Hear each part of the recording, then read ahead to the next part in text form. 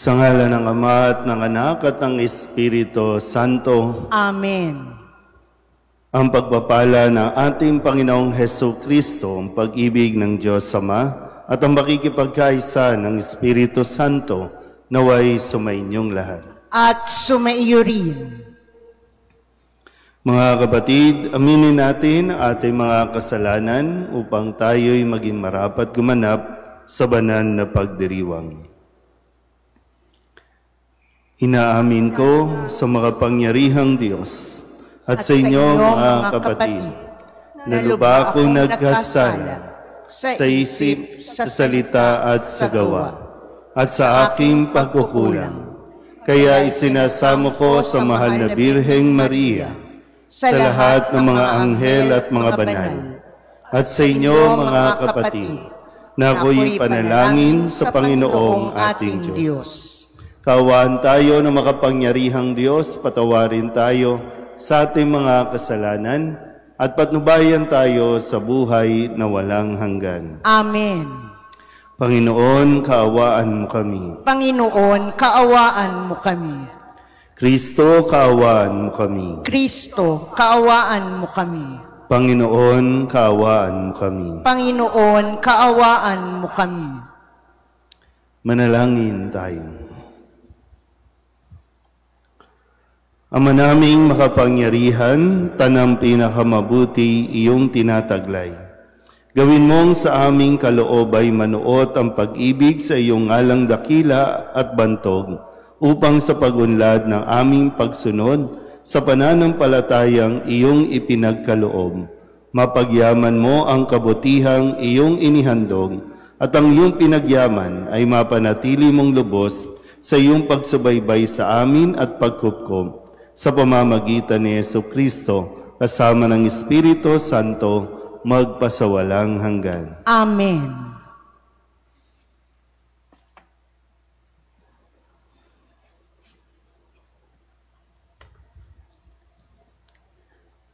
Pagbasa mula sa sulat ni Apostol San Pablo sa mga taga-Kolosas. Mga kapatid, dati kayo'y malayo sa Diyos at naging kaaway niya dahil sa inyong kasamaan. Ngunit dahil sa kamatayan ni Kristo, ginawa niya kayong mga kaibigan upang makaharap sa Kanya ng walang kapintasan, banal at walang batik. Subalit kailangan kayong manatiling tapat at matatag sa inyong pananampalataya, at huwag bayaang mawala ang pag-asang dulot ng mabuting balita na inyong narinig. Niloob ng Diyos na akong si Pablo ay maging tagapangaral ng mabuting balitang ito na ipinapahayag sa lahat ng tao. Ang salita ng Diyos. Salamat sa Diyos. Ang Diyos ang siyang tumutulong at sa akin nagtatanggol. Ang Diyos ang sa akin tumutulong at sa akin nagtatanggol. Makapangyarihang Diyos, ako ay iligtas. Ipagsanggalang mo niyong iyong lakas. Dinggin mo, O Diyos, itong iyong anak. Sa aking dalangin, ngayoy binibigkas. Ang Diyos ang siyang tumutulong at sa akin nagtatanggol. Batid kong ang Diyos ang aking katulong. Tagapagsanggalang ko ang Panginoon. Buong galak naman akong maghahandog ng pasasalamat sa Panginoon Diyos dahilan sa Kanyang mabuting kaloob. Ang Diyos ang siyang tumutulong at sa akin nagtatanggol. Tatayo na po ang lahat.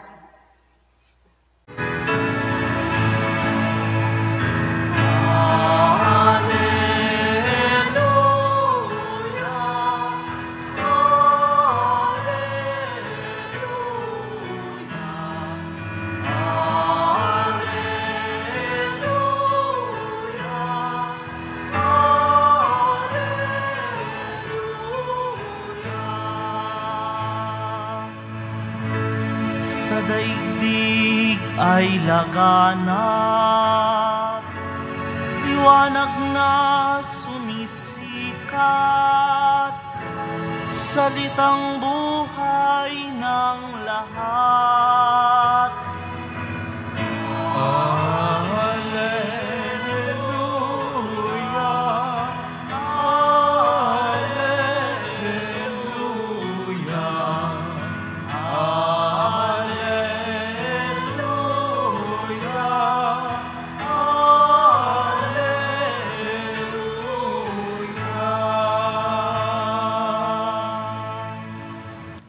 Sumainyo ang Panginoon. At sumaiyo rin. Ang mabuting balita ng Panginoon ayon kay San Lucas. Papuri sa iyo, Panginoon.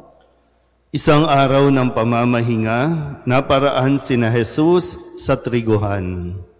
Ang kanyang mga alagad ay nangitil ng uhay at kanilang kinain ng mga butil matapos ligisin sa kanilang mga kamay. Bakit ninyo ginagawa sa araw ng pamamahinga ang ipinagbabawal ng kautusan? Tanong ng ilang Pariseo.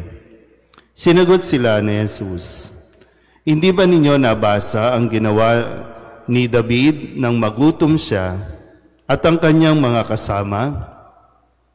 Pumasok siya sa bahay ng Panginoon, kumuha ng tinapay na handog sa Diyos at kumain nito.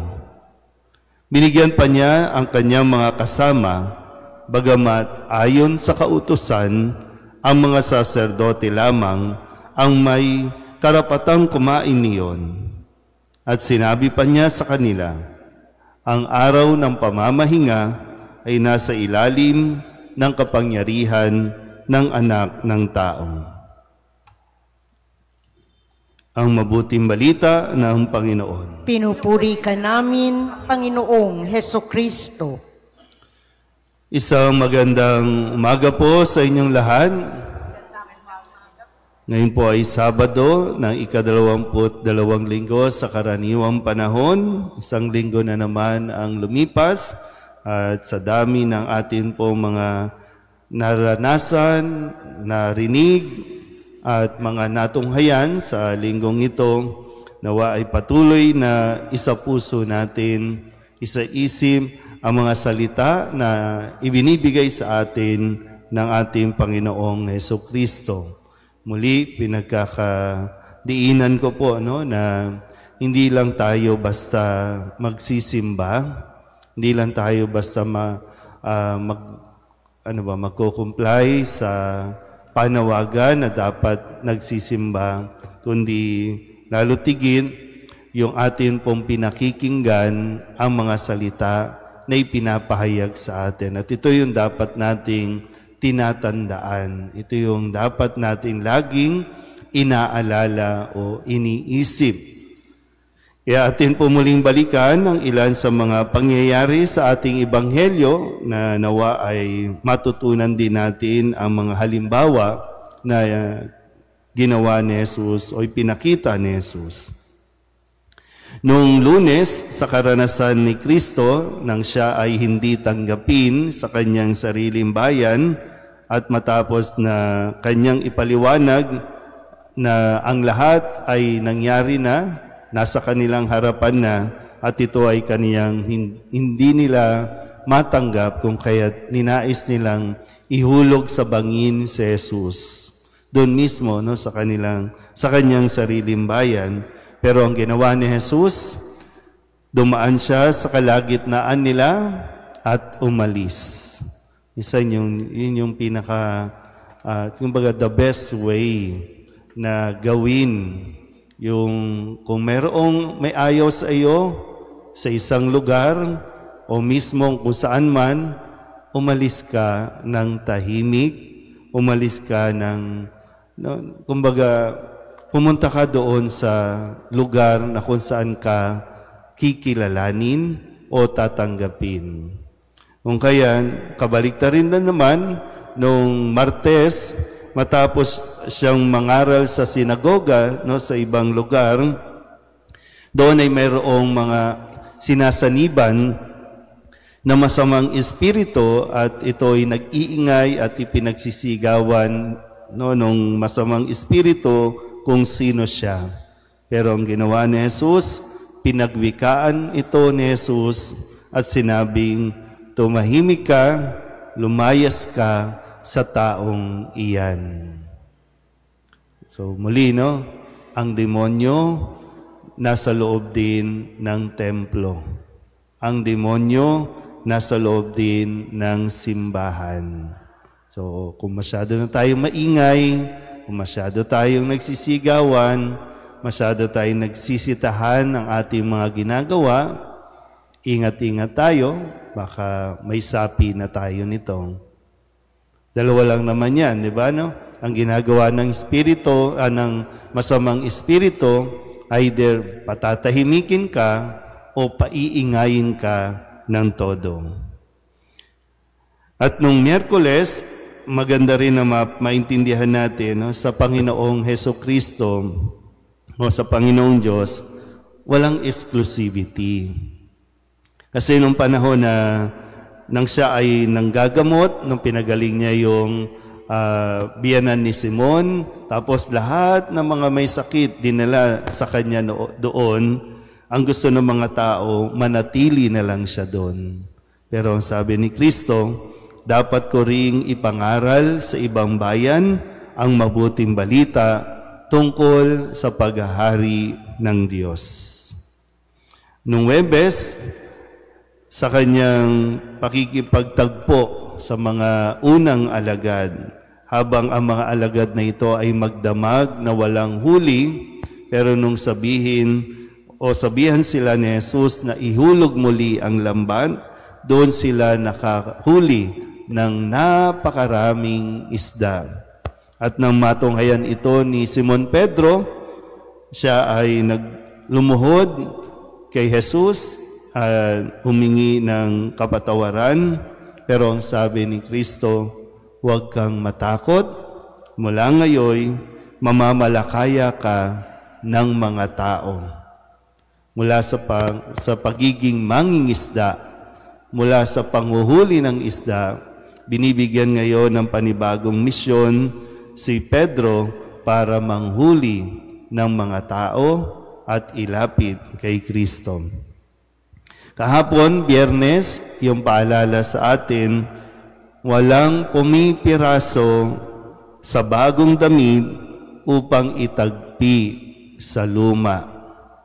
Minsan kailangan din talaga natin, no, ng yung alam niyo yung mga aral o turo sa simbahan, minsan kailangan lang talaga natin common sense. Minsan puro common, walang sense. Mag-aaway-away tayo, wala namang sense yung pinag-aawayan natin. Gumagawa tayo ng mga activities, parang wala namang sense. Kasi kung dito pa lang sa sinabi ni Kristo, no, walang pumipiraso sa bagong damit para itapal sa lumang damit. Di ba kasyungahan yun? Yung bago, sisirain mo para itapal sa luma. Common sense, ha? Baka diyan tayo minsan nagkukulang.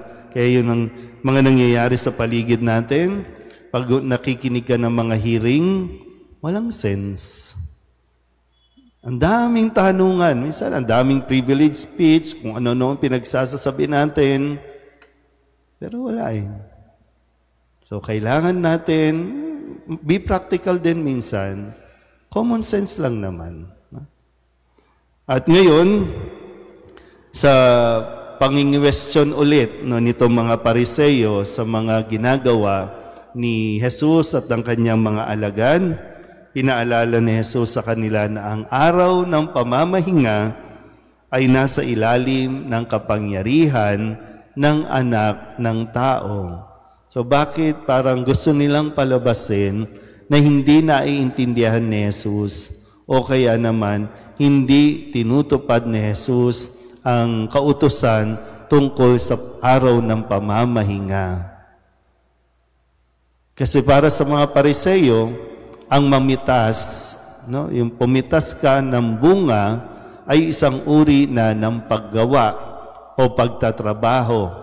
Malinaw na sa araw ng pamamahinga, ikatlong utos ng Diyos ipangili ng araw ng pamamahinga. Ibig sabihin, huminto kayo lahat, no? Walang kikilos, walang magtatrabaho para nang sa ganon, makapagtipon-tipon ng lahat, magpapasalamat, magpupuri, lalong-lalo na magpapahinga. Makakulang lang sa pahinga yung, tinan nyo yung katabi ninyo, makakulang sa pahinga. Minsan kulang na, yung katawan kulang na sa pahinga, pati isip kulang sa pahinga. Iisip ng isip kung anong magagawin, kung paano. Kalma lang. Kasi kapag ang isang tao kulang na sa pahinga, hindi matino mag-isip yan. Kapag ang isang tao kulang sa pahinga, mawawalan ng direksyon ang buhay niyan. Kaya huwag niyong pagurin masyado ang inyong katawan at isip. Kung pagod na, ay di magpahinga ka. Huwag mong i-deprive ang iyong sarili ng pahinga. Pahinga lang naman, hindi sinasabing talikuran mo ang iyong gawain. Kasi minsan kulang na yung mga taong kulang na sa pahinga, gawa ng gawa, pero ngawa rin ng ngawa. So anong dulot niyan? Anong ikabubuti niyan? Nandiyan lang naman yan. Inis ka na pagod ka na sa paglalaba, di bitawan mo muna yung paglalaba. Mamaya, pag okay ka na, di laban mo na ulit. Ngayon, kung ayaw nyo na naglalaba, di bumili ng disposable, plato, minsan sa loob ng bahay, ang ingay-ingay, di ba? Kasi ayaw magpahinga. Pahinga lang ang kailangan. Kaya nga, kung paanong sinabi ni Kristo na ang araw ng pamamahinga nasa ilalim ng kapangyarihan ng anak ng tao. So tayo din, nasa atin din yung kapangyarihan. Anong gagawin mo sa araw ng pamamahinga? Magpapahinga ka ba o magpapagod ka pa rin? Tapos pag nagkasakit na, kasi kulang ka sa pahinga, O Lord, pinaparusahan mo ba ako? Paano tayong paparusahan ng Diyos? Naglaan nga siya ng isang araw para magpahinga ka. Hindi mo ginagawa. So, anong gagawin natin ito? Ikaw ang may control sa araw ng pamamahinga. Kung magtatrabaho ka pa rin, nasa sayo, sige. Pero may araw ng pamamahinga. Kaya minsan kahit linggo, di ba? Maraming Katoliko na sabing, pag araw ng linggo, naku, magpapahinga na lang ako. Ang intensyon ng pagpapahinga natin, lumapit tayo sa Diyos, magpahinga tayo sa Diyos. Magpahinga, kaya nga hininga. Magpahinga. Kasi kulang na tayo ng energy, nababawasan, nalolobat tayo. So kailangan natin ng pahinga. Kailangan mag-recharge. Pero nasa sa inyo pa rin, ha? Ayaw niyong magkasakit, magpahinga kayo. Pero kung trip niyong magkasakit, sige. Ikasisira din naman ang katawan na kahit nga mga machine, kahit nga gadget. Pag hindi mo pinagpahinga, masisira agad yan. So, ganun din sa tao. Kapag isang tao, walang pahinga o kulang sa pahinga, magkakasakit ka rin. Magastos po, magkasakit. Wala tayong magandang healthcare dito sa Pilipinas. Wala tayong, lahat ba kayo, insured? Pero sana po, sa araw na ito, mapagnilayan natin mabuti ang kahalagahan ng araw na pamamahinga na sinasabi sa atin ni Kristo. Amen?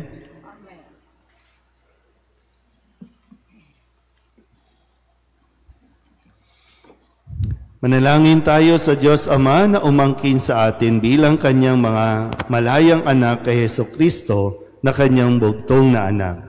Ang ating pong itutugon, Panginoon, dinggin mo ang aming panalangin. Panginoon, dinggin mo ang aming panalangin. Ang mga Kristiyano, naway kilalanin ang mga utos ng Diyos bilang pinto sa kalayaan mula sa kasalanan at kasamaan. Manalangin tayo sa Panginoon. Panginoon, dinggin mo ang aming panalangin. Iyong mga may tungkulin sa pagpapatupad ng batas at sa gobyerno, naway unahin ang kabutihan ng mga tao kaysa sa mga pinagkakaabalahan ukol sa batas. Manalangin tayo sa Panginoon. Panginoon, dinggin mo ang aming panalangin. Sa pagsamba sa Diyos na hindi natin nakikita, naway hindi natin malimutan ang nangangailangan nating mga kapatid na ating nakikita. Manalangin tayo sa Panginoon. Panginoon, dinggin mo ang aming panalangin. Yaong mga nagdurusa sa iba't ibang pisikal at espiritual na karamdaman, naway hilumin ng Diyos. Manalangin tayo sa Panginoon. Panginoon, dinggin mo ang aming panalangin. Ang mga pumanaw naway mamahinga sa piling ng Diyos. Manalangin tayo sa Panginoon. Panginoon, dinggin mo ang aming panalangin. Idulog din natin sa Panginoon ang ating mga personal na kahilingan at mga panalangin para sa ating mga pamilya, kasama din ang mga kahilingan ng mga nanonood sa online. Lahat ng mga misang pasasalamat, special na intensyon, agarang paggaling ng mga may sakit, tang lahat ng mga kaluluwa na inihiling na ipagdasal sa misang ito.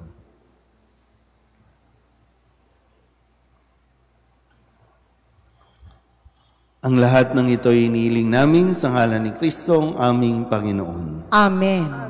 Ikaw, Jesus, ang tinapay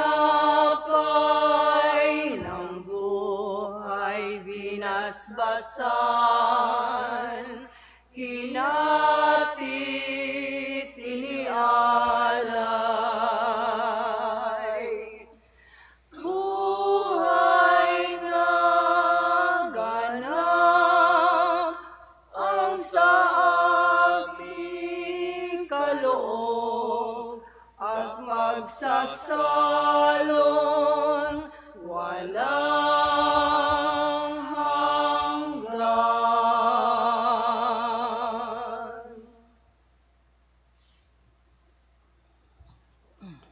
Manalangin kayo mga kapatid upang paghahain natin ni kalugdan ng Diyos Amang makapangyarihan. Tanggapin nawa ng Panginoon itong paghahain sa iyong mga kamay, sa kapurihan niya at karangalan, sa ating kapakinabangan, at sa buong sambayanan niyang banal. Ama naming lumikha, ang banal na paghahain ay lagi nawang magdulot ng iyong pagbabasbas na sa amin tumutubos, upang ang ginaganap mo sa aming pagdiriwang ay maging lubos na pagkakaloob ng iyong pagmamahal sa pamamagitan ni Jesucristo, kasama ng Espiritu Santo, magpasawalang hanggan. Amen. Sumainyo ang Panginoon. At sumaiyo rin. Itaas sa Diyos ang inyong puso at diwa. Itinaas na namin sa Panginoon. Pasalamatan natin ang Panginoong ating Diyos. Marapat na siya'y pasalamatan. Ama naming makapangyarihan, tunay ngang marapat na ikaw ay aming pasalamatan.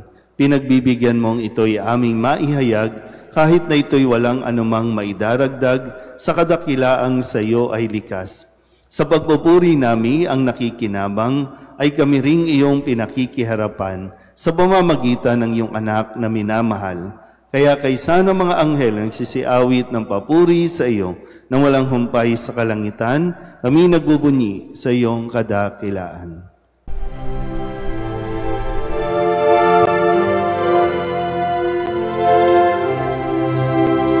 Santo, Santo, Santo, Panginoong Diyos makapangyarihan, napupuno ang langit at lupa ng kalwalhatian mo.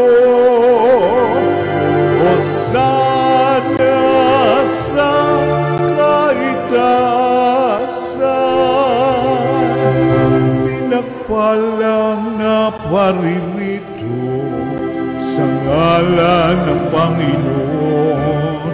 Hosana sa kaitaasan.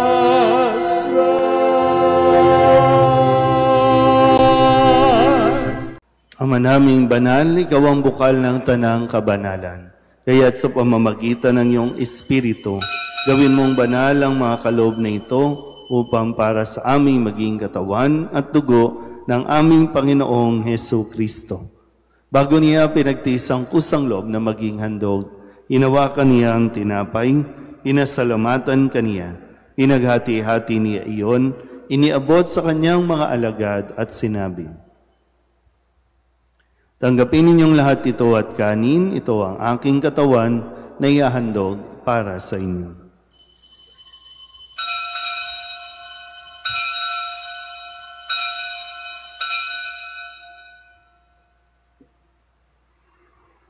Gayun din naman nang matapos ang hapunan, inawakan niya ang kalis, muli kaniyang pinasalamatan.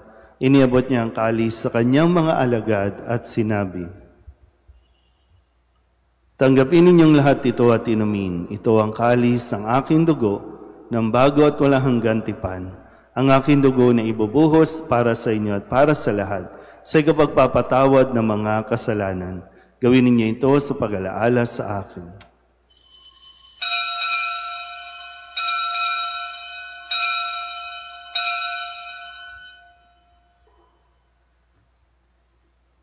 Ipagbunyi natin ang misteryo ng pananampalataya. Si Kristo'y namatay, si Kristo'y nabuhay, si Kristo'y babalik sa wakas ng panahon. Ama, ginagawa namin ngayon ang pag-alaala sa pagkamatay at muling pagkabuhay ng iyong anak. Kaya tiniaalay namin sa iyo ang tinapay na nagbibigay buhay at ang kalis na nagkakaloob ng kaligtasan.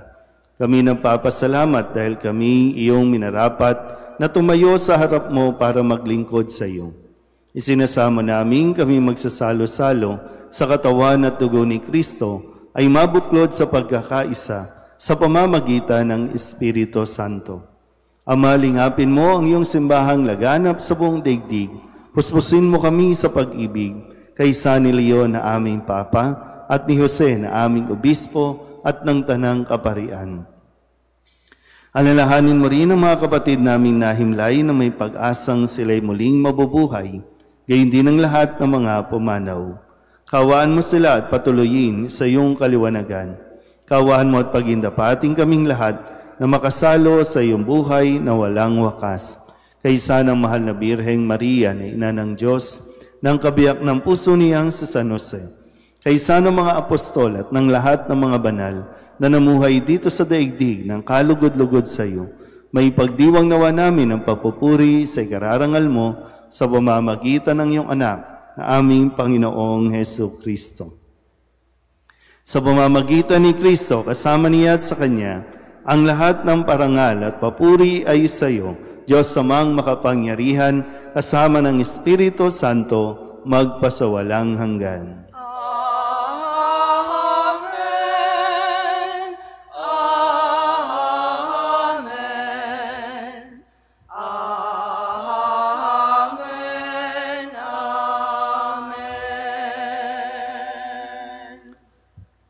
Sa tagubilin ng mga nakagagaling na utos at turo ni Jesus sa Panginoon natin na Diyos, ipahayag natin ang lakas loob.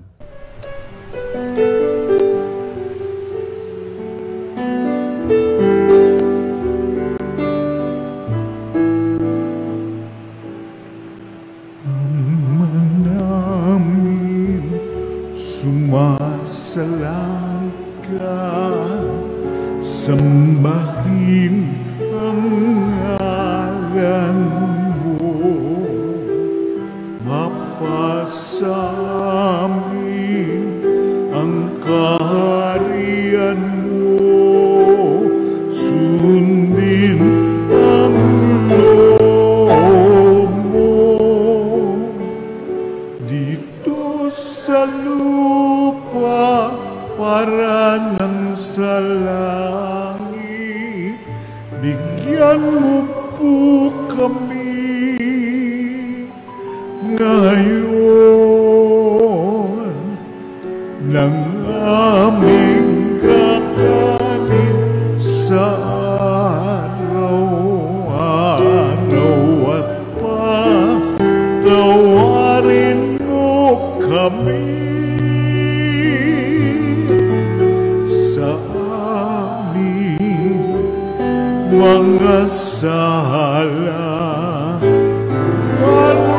ng pagpapatawan namin sa nagkakasala sa amin. At huwag mo kaming ipagdulot sa tukso, at yadya mo kami sa lahat ng masama.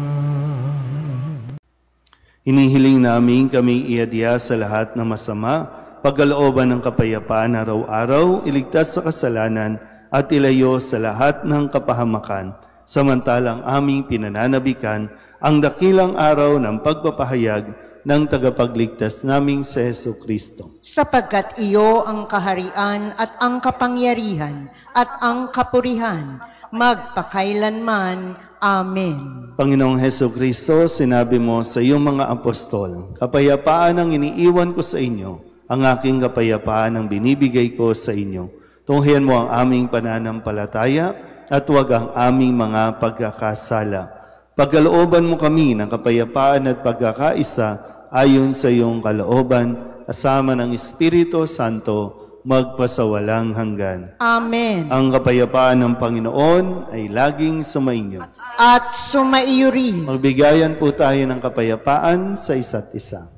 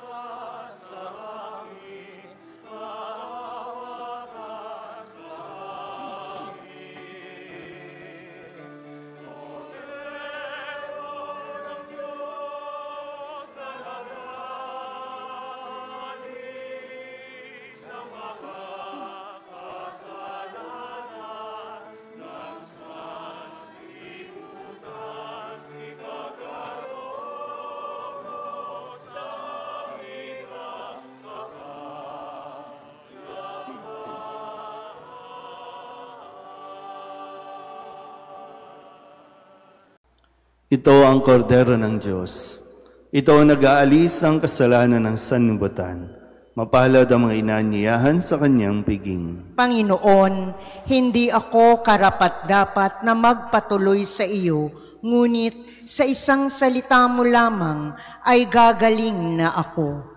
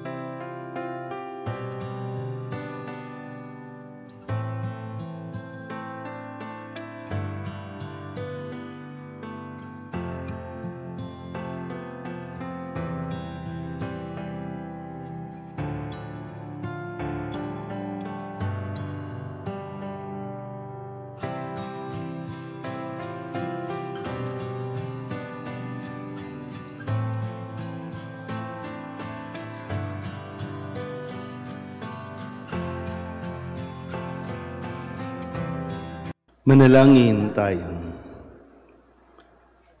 Ama naming mapagmahal, kaming nagsalo-salo sa pagkain mong bigay, ay umihiling ng lakas mong inilalaan upang ang kagandahang loob namin madagdagan sa paglilingkod namin sa iyong kadakilaan na nagpapaalab sa pag-ibig namin sa kapwa-tao. Sa pamamagitan ni Jesucristo kasama ng Espiritu Santo, magpasawalang hanggan. Amen. Sumainyo ang Panginoon. At sumaiyo rin. At pagpalain kayo ng makapangyarihang Diyos, Ama at Anak at Espiritu Santo. Amen. Tapos ang banal na misa, humayo tayo sa kapayapaan ni Kristo. Salamat sa Diyos. Magandang umaga po. Nuestro Padre Jesus Nazareno, sinasamba ka namin, pinipintungo ka namin, aral mo ang aming buhay at kaligtasan. Nuestro Padre Jesus Nazareno, iligtas mo kami sa kasalanan. Ang krus mong kinamatayan ay sagisag ng aming kaligtasan. Nuestro Padre Jesus Nazareno, dinarangal ka na amin. Nuestro Padre Jesus Nazareno, nilulwalhati ka namin. Nuestro Padre Jesus Nazareno, dinarangal ka na amin. Nuestro Padre Jesus Nazareno, nilulwalhati ka namin.